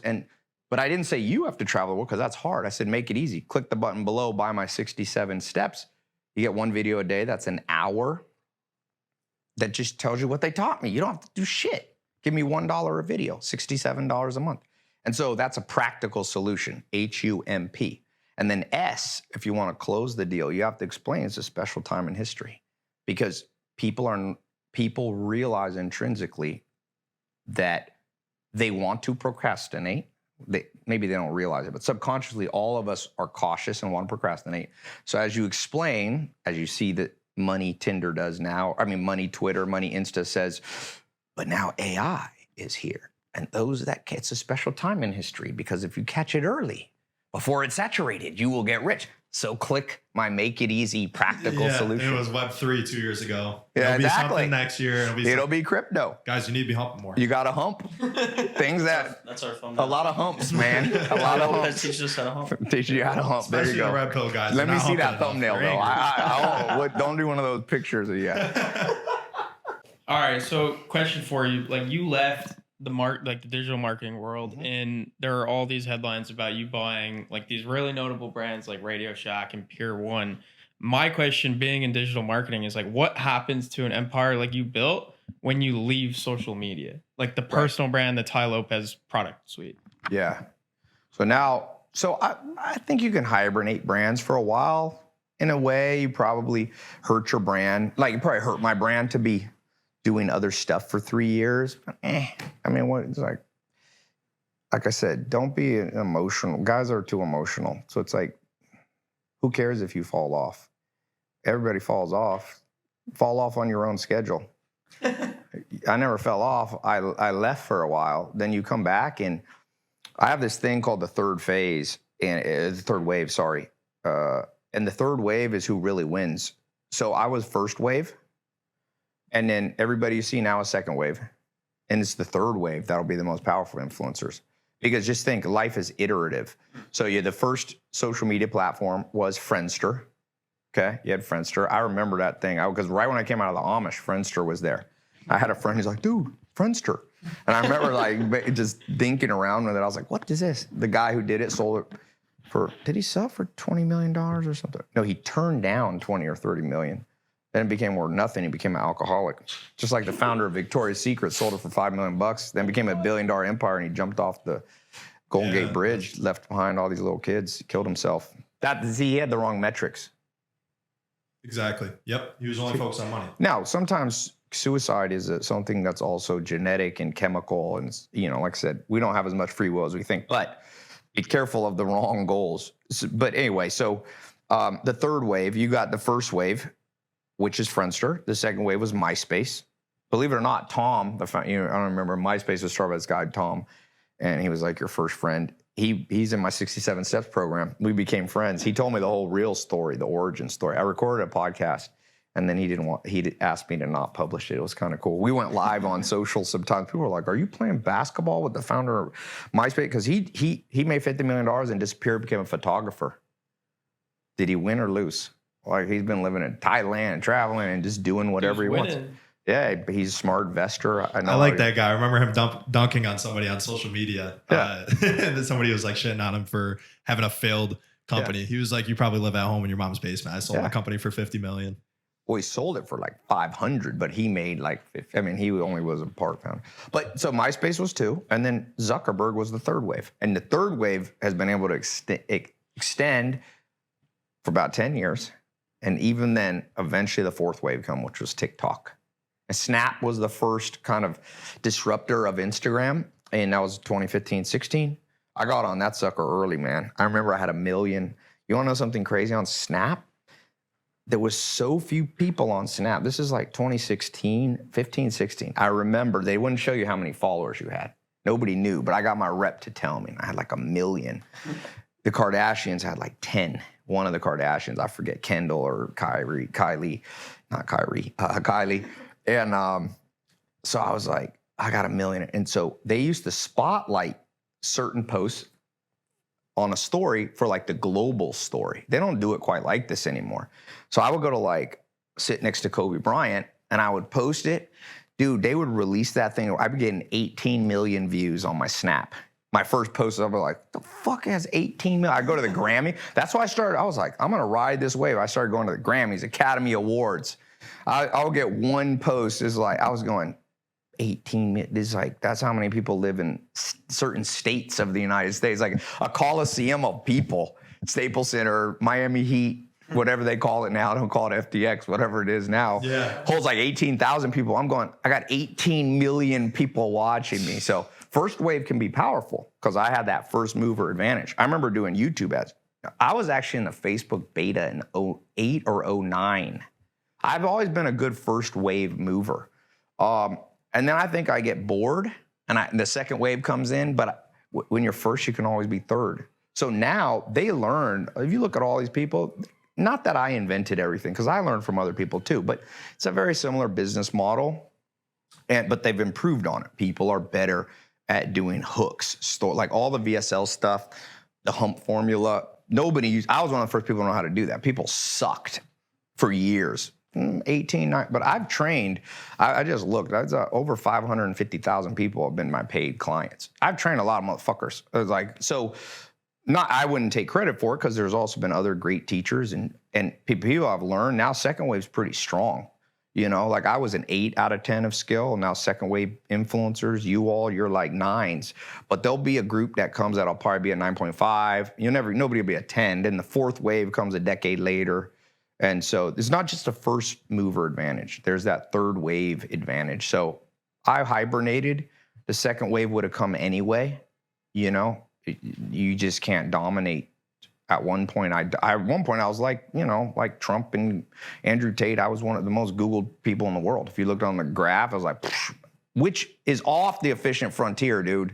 Don't ever want to be one of them. You don't even want to be in the top 1,000 most Googled people. First off, the only time I think you want to be that Googled, if you're a heterosexual, straight, single guy, is when your audience is women. But do you want to be the most recognized dude by other dudes? That has diminishing returns right here. That thing instantly diminishes, right? So if you are DiCaprio and you become the most Googled, it's mostly women Googling. That's sad, if you're on a date and 6 guys are like, yo, Tai, the girl's like, who the fuck is this? Yeah, I've heard. Don't buy into that much. I've had that. First off, you got to think like Paleolithic, man. So all of us have a Paleolithic brain. Like you change like 1% per 10,000 years DNA level. So we're agriculture, which is the modern world that we call it, where you had agriculture is the first time 10 men could control a lot of wealth. Before, we lived in egalitarian tribes. Nobody could control that much wealth. Agriculture probably changed the world for good and bad at the same time. So men had small levels of status, and that's all that women's brain can really handle. They don't handle as much as you think. John Mayer is a perfect example of this. Read his own words. He says, man, now John Mayer is a natural with women. He's like 6'4", good looking dude. More famous women, he's been their first love than you can fathom. Like this dude's been the first love of Ariana Grande, not Ariana Grande, but whatever, Taylor Swift, all these people. He's one of the greatest guitar players, talent-wise. He can sing, okay? The guy's like, I did way better with women before I was really had a lot of status. He's like, then it got hard, and you got to worry about gold diggers, and da-da-da, and he got depressed and became an alcoholic. So that's why I said money both giveth and taketh. So don't go too far down that route, because I've been there. I have been out. You got hot girls with you, and everybody recognizes you and comes to my table. Like I've been in that place. you don't necessarily, that fishing for, maybe a plateaued. I don't think it's that much better. Being a local celebrity, you'll do well. Women look to their local cues. Best thing that could ever happen to you is if women they knew liked you. Women go to their friends. So if like all of her friends follow you, and in a positive way, not because they hate you, you will get way more. So that's why I said, this is a good example of this kind of why I got to come back to social media. I don't have to, but I'm going to, because these are dangerous things that men think. It's like, well, if every dude status, I don't think it's quite like that. I've experienced it. I know billionaires, dude. These jokers don't do great with women.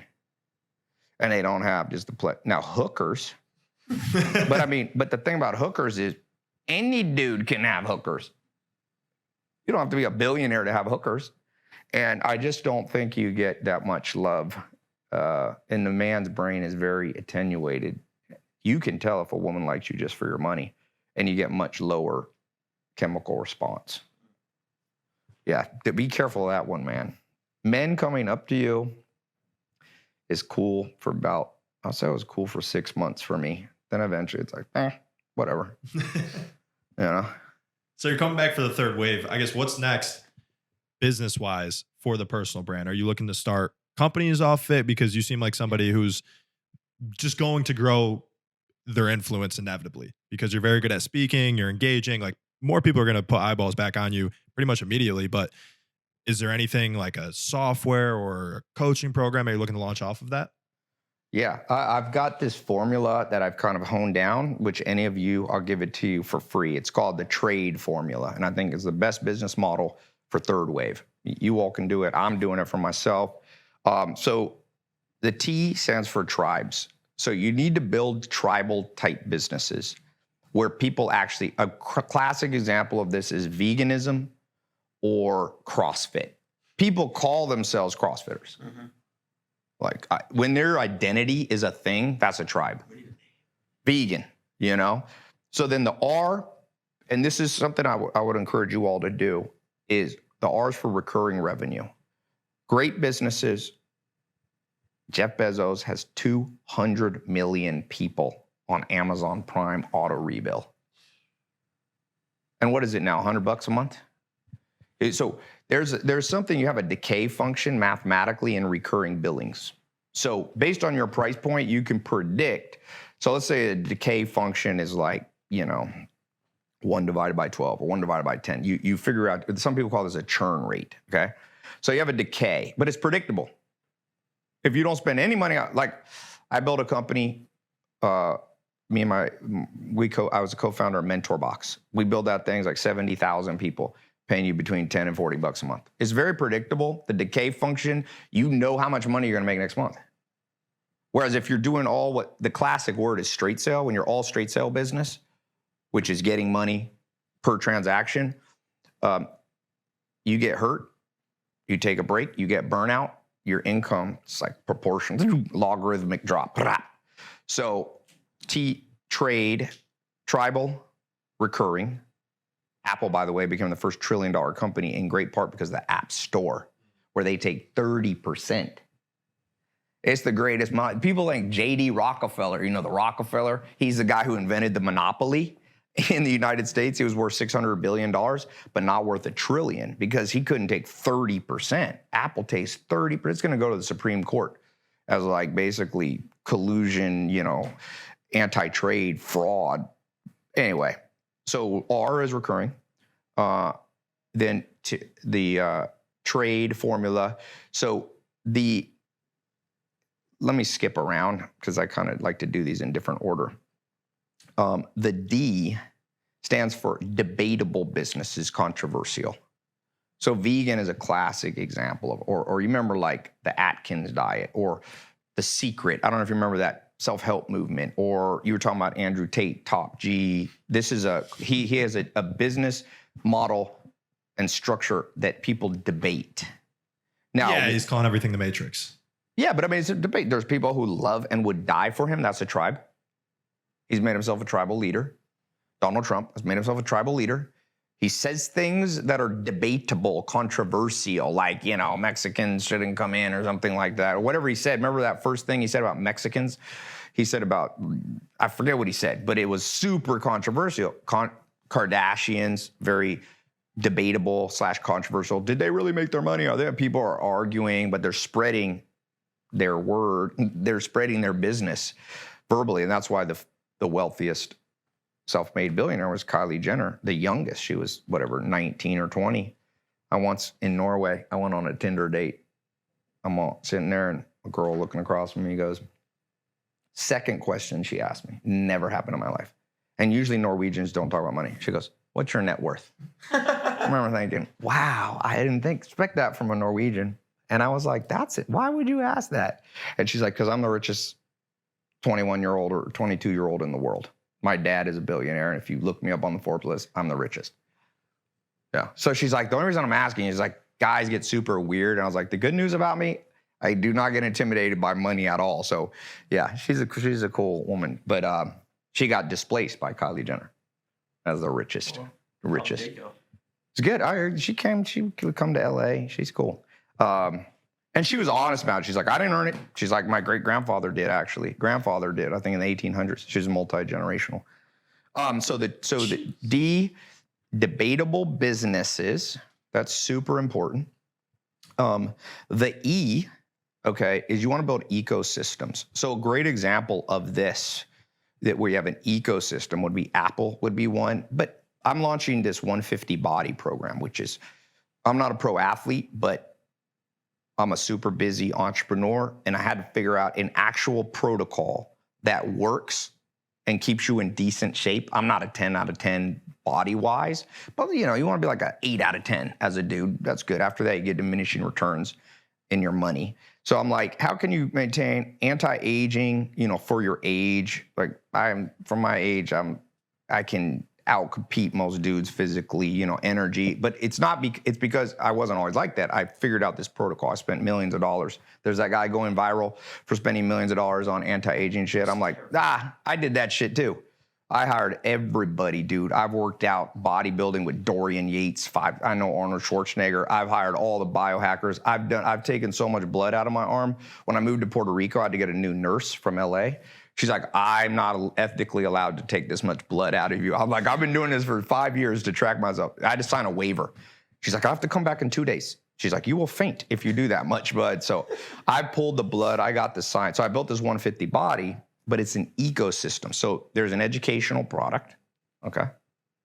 There is a supplement line that comes out. There's gear, and I'll probably open a chain of gyms, either virtual. So that's an ecosystem of cross-selling.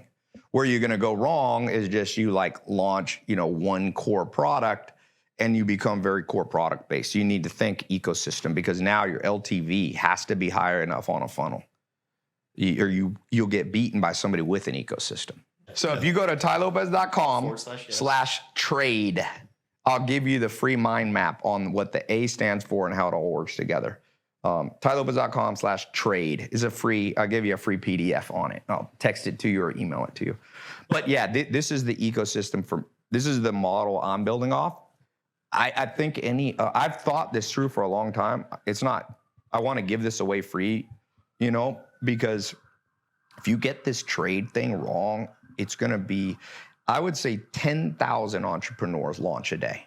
I mean, when I started in 2002 making my first, Google AdWords was 2 months old when I launched on it. I was buying life insurance keywords for 20 cents a click. It's $18 a click right now, the saturation level. I remember it cost me $20 to generate a lead and $200 to sell a life insurance policy online. That made me a $1,500 commission. Okay. And I remember going, this is expensive. It's costing me $200 to make $1,500. Yeah. I got a 7 ROAS. No one even had the word ROAS back then. Okay. So there was probably 10 entrepreneurs a day launching in America when I started. Then I remember 2008, 2009, I started to see the influx of people. Maybe, I'm talking about credible people, not people just launching 200 people a day. I'm at 15, 16 when I started. You probably had 1,000 people today. There's going to be an exponential function. There's at least 10,000. Africa's opening up now. Once high-speed internet hits, every little Einstein, Elon Musk villager in the world is going to get in the game because men are attracted to money. They're not, most men ain't going to follow my 4-pillar thing. Men have no problem because men don't understand that they're sacrificial lambs for the tribe. So there's absolutely men that are like, I just hunt and I forget to eat for myself and my health decays and my wife's getting banged by another guy and all this stuff. Like men will become sacrificial lambs. I just don't recommend you do it because then your life sucks. It might benefit the whole organism, but if you don't understand a trade formula and you go old school, which is what a lot of people, the current business model is get a lot of attention. These dudes ain't gonna win because you don't have the back end to support the front end. Dude, when I was humming with tailopez.com, I built a model so hard to compete with. I was dropping 30 to 50 G's a day on branding. No CTA. Because I divide business into 14 divisions. There's 14 divisions of business, okay? 12 are operational, and there's 3 in marketing. So you need push marketing, pull marketing, and outbound marketing, which is phone sales. So push marketing is when you're paid ads. Pull marketing is no call to action branding. Like Coca-Cola just used to have, Michael Jackson dance or Pepsi and just drinking. There was no clear call to action. So you couldn't compete with me because I could spend, you know how many views I can get with 30 G's, $1 million a month on branding? So what I'm saying is, if somebody uses my trade formula, goes hardcore, you have so much more free cash flow, aka net margins, that you can blow out people whose only business model is getting a lot of attention. Everybody's gonna get a lot of attention now. And TikTok, dude, the greatest hack on entrepreneurs' brains was the Chinese. They figured something out. Let somebody be a celebrity from a day and they're hooked like a crack addict.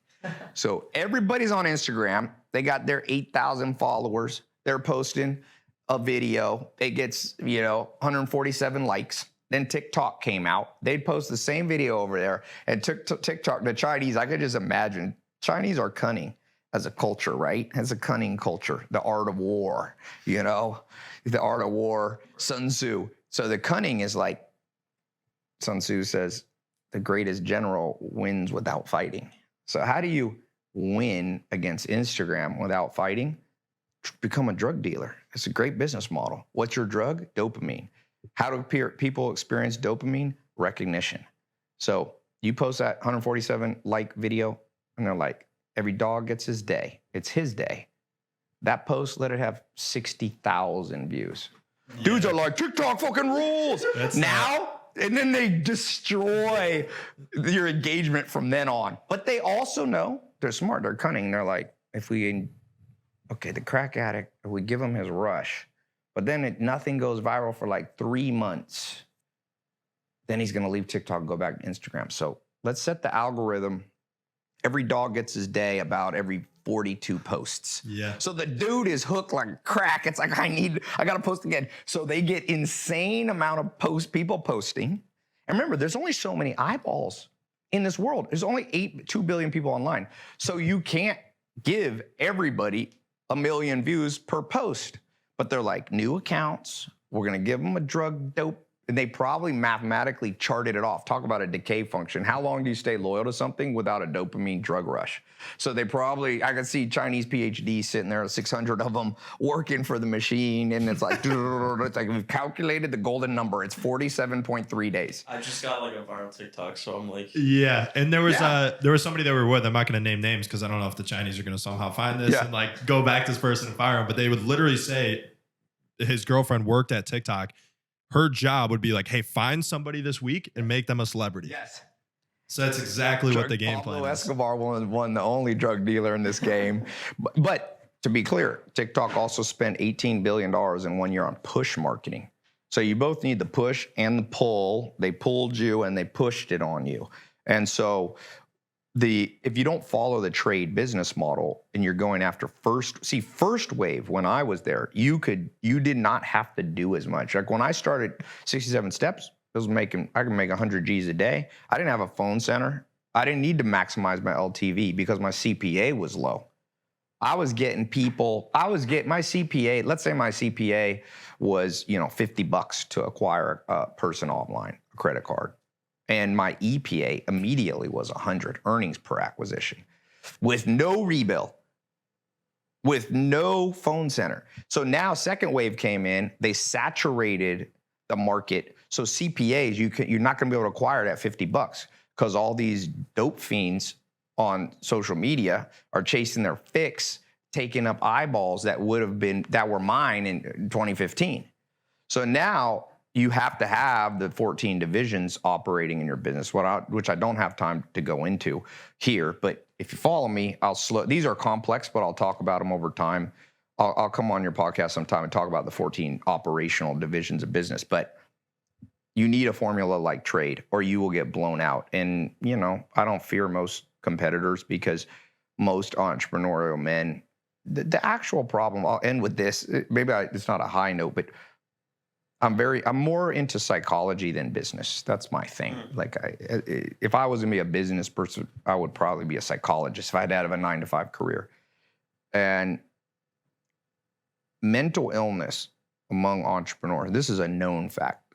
What occupations attract the most psychopaths? What do you think? Entrepreneurs. Well, forget entrepreneurs. What other occupations? There's one that's way higher. Infinity higher than. Isn't it dentist? No, that's where Dentist is dentist is like entrepreneurs are like 5% psychopaths. Out of 100 entrepreneurs, like 5, which is pretty high. It's like 5 times normal. Dentists are up there. People who cut things is one answer. So surgeons, chefs, dentists, in general, psychopaths. Doesn't mean they're sociopaths or serial killers, but they're high on. There's this score called the Levinson psychopathy test. But what's way higher than that on the Levinson psychopathy? Like not 5, like 80% of them are psychopaths. Law enforcement? They're high. There's one even higher. I just watched a movie on Netflix, Black Hawk Down. Pilots? Black Hawk Down's about, it's not just pilots. What kind of pilots was it? Fighter pilots? Just military in general? Warmer. Who in the military? What would be the most aggressive people in the military? General? Like somebody who's... No, it's a squad. What kind of squad? Navy SEALs? Navy SEAls. Oh. Army Rangers. Yeah. But it's you want those. You know the story of Osama bin Laden. He's hiding in Pakistan. We finally find him. They drop in special forces dudes. Osama has like his family. He's like holding his kids. The Navy SEAL guy, or I don't think it was a SEAL. Was it a Ranger? Whatever it was. Special forces kicked down the door. Osama bin Laden's right in front of him. The kids are there. That Navy SEAL don't give a shit. He's like, I'm here to murder you. And he just raises the gun slightly higher, shoots Osama right. He doesn't care if he's holding his kids. You want psychopath Navy SEAls. The reason you have police brutality is because it's a high. Who applies to be a policeman? Your jolly, kind friends? Or a dude who's like, I like to lock people up, point guns at people. But anyway, going back to entrepreneurs, and this is a warning to every one of you, because it is a special time in history where the whole world's available on a credit card to pay you money for something. The danger is the entrepreneur community, outside of really kind of fringe small groups like Navy SEALs and stuff, I've never met a group with higher mental illness. And the only higher group is crypto people. So it goes like, I'm serious. It's like, no, I agree 100%. Crypto entrepreneurs are even more complicated. And you might think, but isn't it good to be a little crazy? And think about, you got your laptop open, you got your Chrome windows open. What happens if you open too many windows? It drags down. You hear the fan running. The RAM is pulled down. So entrepreneurs, what I was saying about being third wave, I don't fear most entrepreneurs because their own mental cognitive load will pull them down. The very thing that makes them good as entrepreneurs, meaning they're hungry, they're greedy, they're like, fuck, all my friends are average, I will not be average right away, which is classic narcissism sign, right? You don't want to just go, I'm doing this because I don't want to be average. And all this, it will be their own demise. Most entrepreneurs, I don't fear them if I was competing, because us entrepreneurs are our own worst enemy. So if you are an entrepreneur, you focus on getting your head right. Look at the dark triad traits. I got a company I launched. It's a totally free one. I've never monetized it. Lifecompass.com/quiz. take the quiz, go through, analyze yourself. You can see cues to your own mental instability through your family. Do you have a narcissist? Do you have bipolar? Like I have a bipolar grandpa. My dad had NPD, narcissistic personality disorder, which is like 10 times worse than the average narcissist. And you look for you gotta know. So that was my negative thing to end with. But my positive thing is I put in the 67 steps, there's this thing called Eulerian destiny. And you gotta know what that is. So we're talking about, should you be a billionaire? Should you be Mr. X, John Mayer? Should you aspire to be Warren Buffett? The better thing is you do this math thing, Eulerian destiny. You take concentric circles and you draw these 4 circles on a piece of paper. And where they all intersect, that is what you should do. And the reason you do it is because you're genetically best able to compete in that center. So you're not trying to win, you're not trying for legacy, you're not trying for bloodline. This is your destiny. And I'm not saying it as a spiritual destiny. I'm saying if you're 7'4" and you're coordinated, the universe gives you a destiny. And you might as well run with it and play basketball. You know, so the first circle you draw is, what do I talk about on a Saturday night when I'm not working? What do you talk about? Let's say it's sports. For me, I talk about psychology a lot, or talk about social life, women, travel I talk a lot about. You put that circle. The second circle is, what did you grow up around? Because it's not, nature, nurture, is it genetic, is it environmental? The truth is most things are more genetic than you think. So what you grew up around is also a cue to the genes you inherited. If you grew up around doctors, if you grew up around people who are poor, if you grew up around criminals or whatever, there's a clue there. So you kind of look at that. Then the third one you put in here is, what do your enemies compliment you on? Because the only way, Nietzsche was the great philosopher, and he said, the mind's an impenetrable fortress. You only learn about yourself through friends and enemies. So, I know what my strengths are. They're the ones that go, fuck Tai Lopez. He is a good marketer, but I hate that guy. That compliment is the most pure compliment that you have, because compliments from friends can be false. So you put the third one, what did your mom say about you when she's mad? My mom used to be like, this, but you are a persistent son of a bitch. So I know I'm persistent, and my mom was mad at me, kind of speaking as and then the fourth one,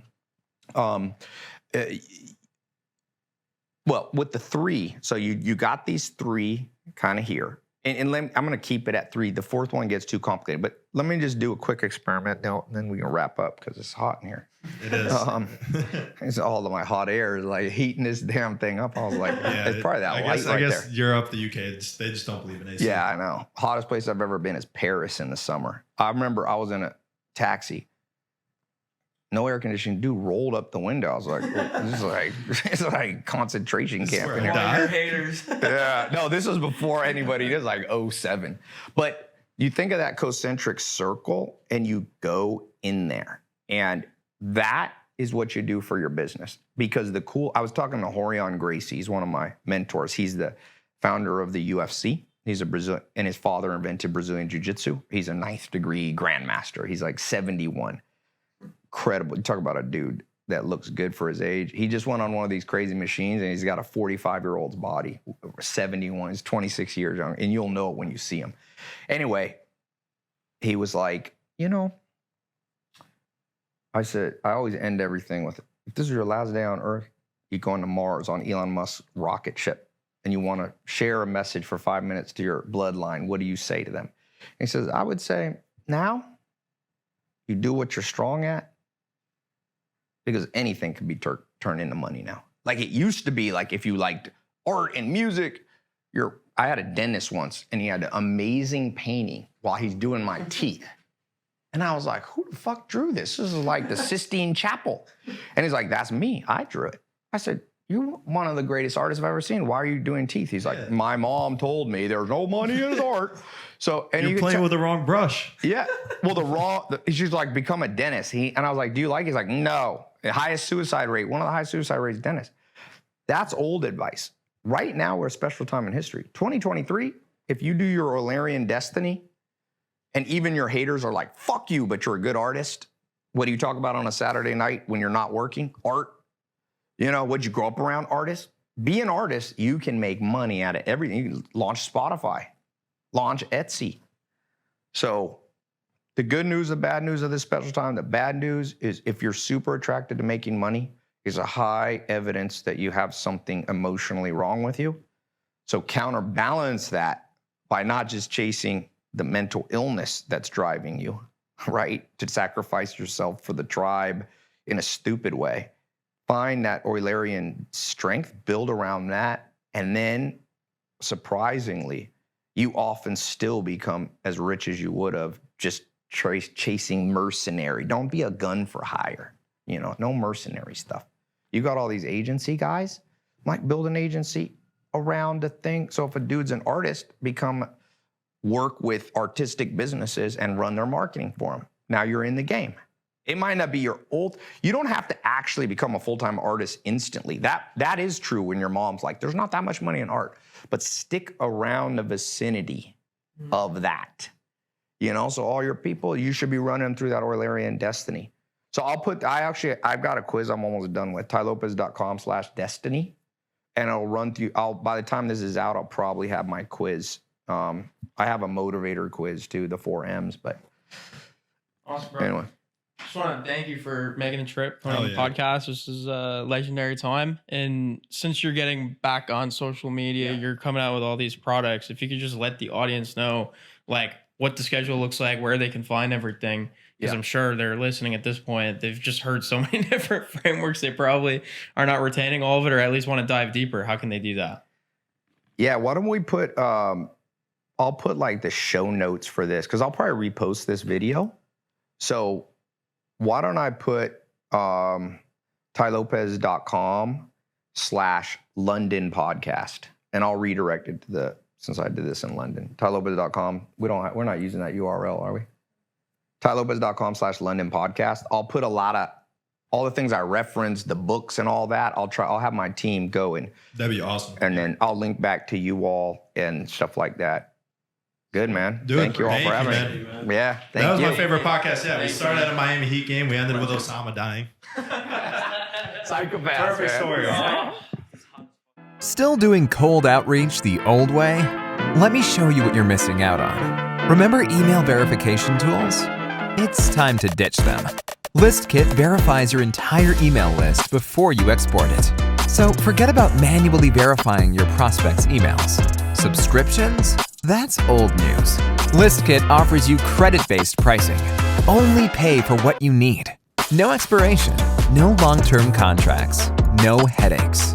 Still exporting 25 contacts at a time? Awkward. With ListKit, you can export all your contacts in one go.